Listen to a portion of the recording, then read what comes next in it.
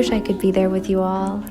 I'm having a really hard time finding the right words to say, but this is a chant I wrote a couple years ago, and the words are a prayer that St. Clare said in the days leading up to her death, and it was on my mind a lot in the days before Grandma's passing.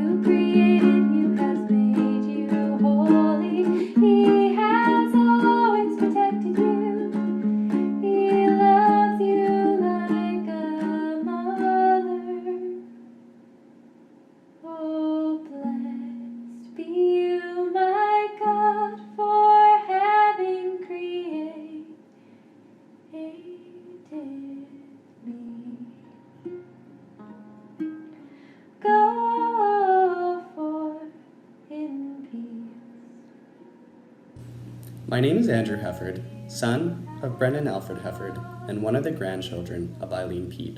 Some of my favorite and most distinct memories of Grandma were from my time in elementary school. Most days after school, for a couple of hours, my sister Karen and I would head to our grandparents until our parents were done work. While there, I distinctly remember always being given delicious food and the overwhelming feeling of love and support. This often resulted in me taking a nap on the sheepskin rug always present in their living room. In later years, this love continued and grew to include my fiancée Haley. Grandma was always sure to make sure we knew that we were welcome there anytime for a snack or some good company. When I think about Grandma, I often think about the love that she showed for her family and how I want to carry that forward. I remember one time that she came and was taking care of us for a few days, and I ended up being really sick, and she spent all night sitting beside the bed and feeding me chicken broth and just talking with me. And I just remember feeling so loved and cared for by her, and she carried that into our teenagehood. There was another time that she and Grandpa came over to clean our house when my parents were away, and the puppy that we had just adopted was teething and decided to explode the living room and chewed up all the pillows on our couch and all the books on our bottom bookshelf. So her and Grandpa spent a lot of time just cleaning with us and talking to us and making fun of the puppy. Yeah, and that was a lot of fun.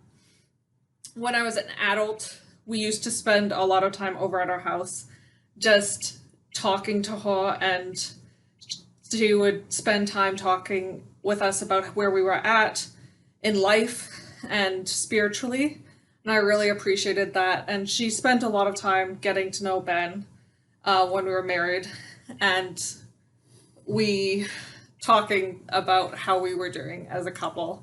And yeah, I just really loved spending time with Grandma. Grandma was a very grounding presence in my life. Her home was a place where I felt peace and connection. I got the sense that I was deeply loved. Anyone will tell you that she was a woman of integrity and deep faith, and I admire this about her. She also had tremendous compassion. Despite her ideals for herself, I didn't see Grandma condemn or shun. Quite the opposite. She was welcoming, generous, and loving. I have countless wonderful memories of Grandma when I was a child. Many involve picnics, water, candies, and amazing food. I always looked forward to our Sunday lunches at our house, and I loved when I got to have sleepovers there. Grandma would always braid our hair and read us a story. As an adult, I think I got to know Grandma a little better during one-on-one visits. We would talk and play Scrabble. I think I only beat her a couple times. Grandma was wise and intelligent. She shared great insights and took a lot of interest in our lives. She often had an encouraging word for me. Grandma loved her great-grandson Aiden. She showed so much care towards him, listening intently to everything he told her. She came to every one of his birthdays and even visited us while camping in 2017, though she was using a walker. I was very touched when she asked about Aiden just days before she died. I appreciate how Grandma seemed to have faith in me. Even when she was losing her mobility and eyesight, she let me help her shop and drive her around. And this type of trust meant a lot to me. Grandma lived a life worth imitating. Her character was very inspiring, and I hope to be more like her. She really did run the race consistently and finished well. So my favorite memory of Grandma happened when I was in grade 6. Report cards had just come out, and my parents found out how I was doing, and I got in a lot of trouble. And I was feeling just awful about that. And then on the same night, we were told to go to Grandma's house. I just remember her telling me how everything was going to be okay, and that there's going to be a next time, and that, and that just things would be fine. But what she taught me there was that just being present with someone and just being an encouraging voice is all you need to be. And she was that person that time for me. And I can't tell you how relieved I felt after that conversation. I'm Daniel Peat, Eileen Peat's oldest grandchild. What I remember most about Grandma was love. Love for God, love for the family, and love for church. In October, we went to see Grandma, and as we were leaving, one of the last things she said to me was, "I still pray for you every day." I know this to be true. When I was 18, 19 years old, I used to go to their place on the weekends, just me. It was very special. Every morning, we'd wake up and do devotions together. And she would pray for all of us. Also, she would pick a card from a basket. The cards in the basket were cards she had received at Christmas time. And every morning, we'd pick one card and pray for the family that was in that card. Love was at the center of everything she did. Hi, I am Bethany Peat. I am Eileen Peat's remembered granddaughter. Eileen Peat is my dad's mom. One of my memories of Grandma is on a trip that I took as a child. When I was 7 or 8 years old, I went and visited Grandma when she was living in Bermuda. She had a beautiful pastel house with a large garden by the seaside. My family and I went to the beach every day and visited the seashore. I visited the gardens and went sailing. We had big dinners and lots of lemon meringue pie. I remember that Grandma always had pretty dresses and nice uniforms. Grandma helped give lovely services and always spoke well. As a grandmother, she took the time to get to know all of her grandchildren. Grandma will be missed by everyone. Hi everyone, just a couple of quick words from me about Grandma. I think like most people in this video, we all wish we could be there, but this very strange world that we currently find ourselves in is just simply not allowing it. So love to everyone from afar. And what I really remember about Grandma and what really always struck me about her was her incredible ability to be empathetic and relate to your life.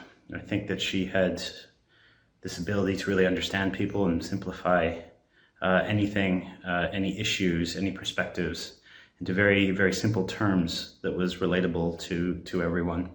I think her just very clever ability to be able to take in information, even from contexts, situations and generations that were so different from her own, and be able to understand and empathize and speak to you about any issue was an incredible skill that I'm sure she took to really make her an incredibly effective minister throughout her life. Hi, my name is Jacob Sawyer.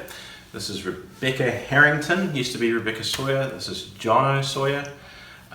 Rebecca's the eldest, then it's me, then it's Jono.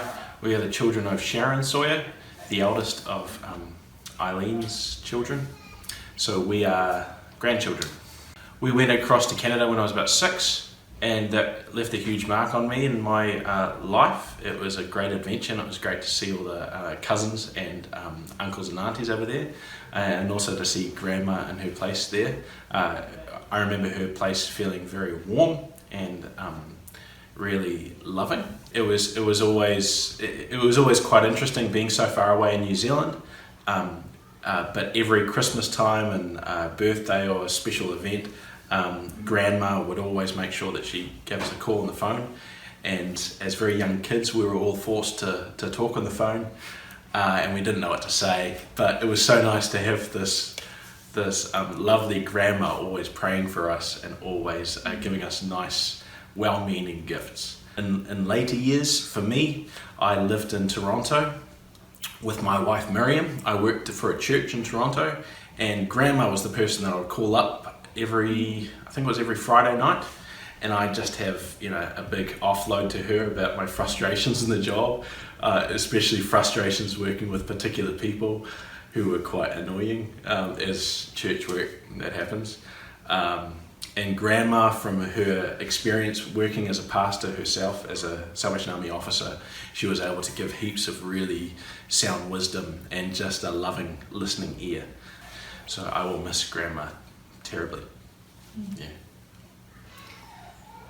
So we know that we were far away, and we know how hard that was for Mum, for Sharon, raising 3 kids in New Zealand away from her mum.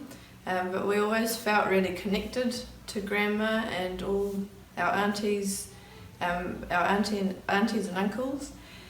And so we know that Grandma prayed for us every day.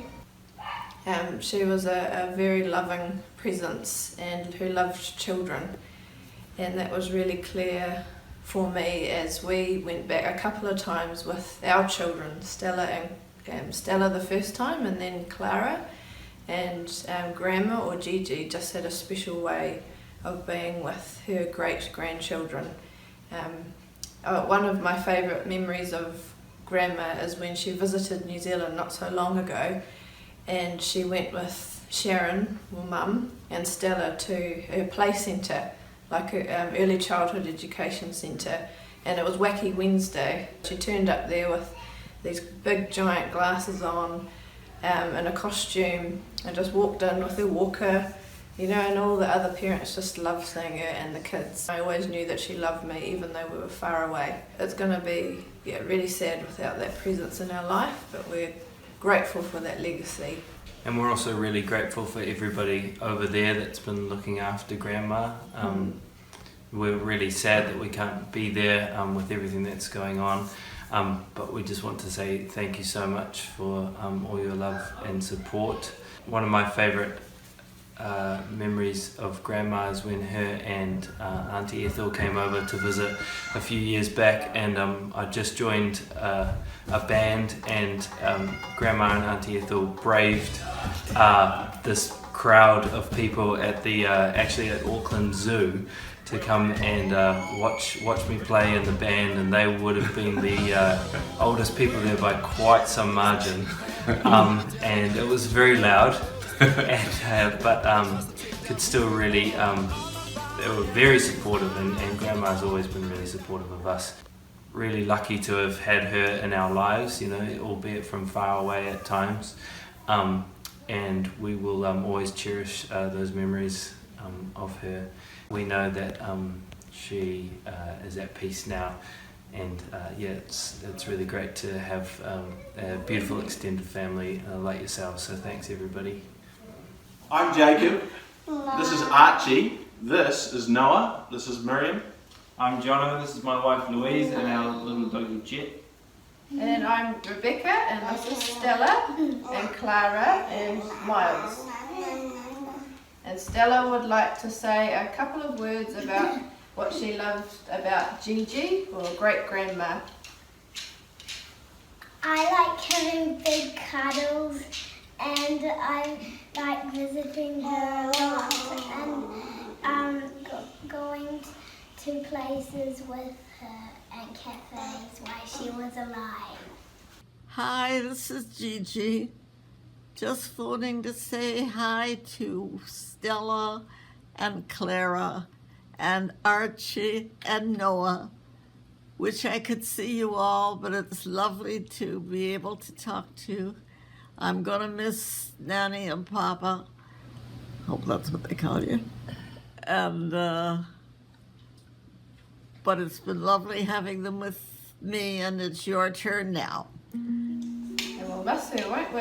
Yes. Yeah, we really missed her, and she was a great grandma, wasn't she?